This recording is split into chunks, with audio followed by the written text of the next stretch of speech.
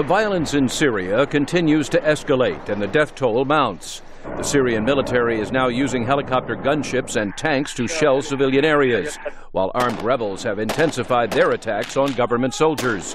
Opposition activists say the humanitarian situation worsens while the world only watches. Dr. Abdul Majid Katranji. This is an equal, if not greater tragedy that continues to expound daily and that does not seem to have the political will of the international community to, at the very least, protect these people.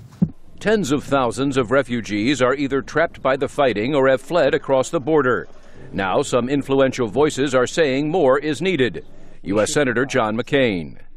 We should make U.S. air power available, along with that of our allies, as part of an international effort to defend safe areas in Syria and to prevent Assad's forces from harassing them, as they will inevitably try to do. McCain argues the longer the conflict drags on, the more it turns into a sectarian civil war that Syrians alone will not be able to stop. Syrian pro-democracy activist Amar Abdul Hamid. The country is being partitioned. Waiting will allow for the partitioning to actually take effect. There will be repercussions that will be felt in Lebanon, in Iraq, in Jordan, and in Turkey, and perhaps even in Israel as well. But some analysts caution against military intervention, warning that important questions remain unanswered.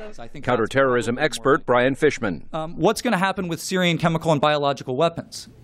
If push comes to shove, would Assad use them? If he falls, do they matriculate to Hezbollah? Do they matriculate to al-Qaeda? How do we control those things?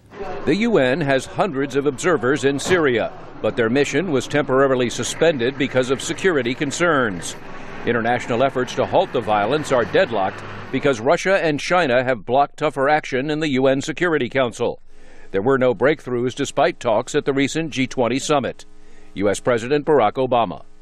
We had a very candid conversation. I wouldn't suggest that at this point the United States and the rest of the international community are aligned with Russia and China in their positions, but I do think they recognize the grave dangers of all-out civil war.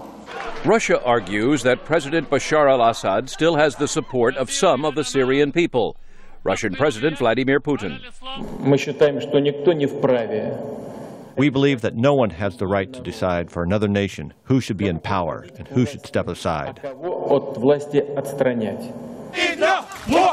The U.S. says it is not supplying weapons to the rebels, but the New York Times newspaper reports a small group of CIA officers is in southern Turkey helping to coordinate arms shipments from other governments. Meredith Buel, VOA News, Washington.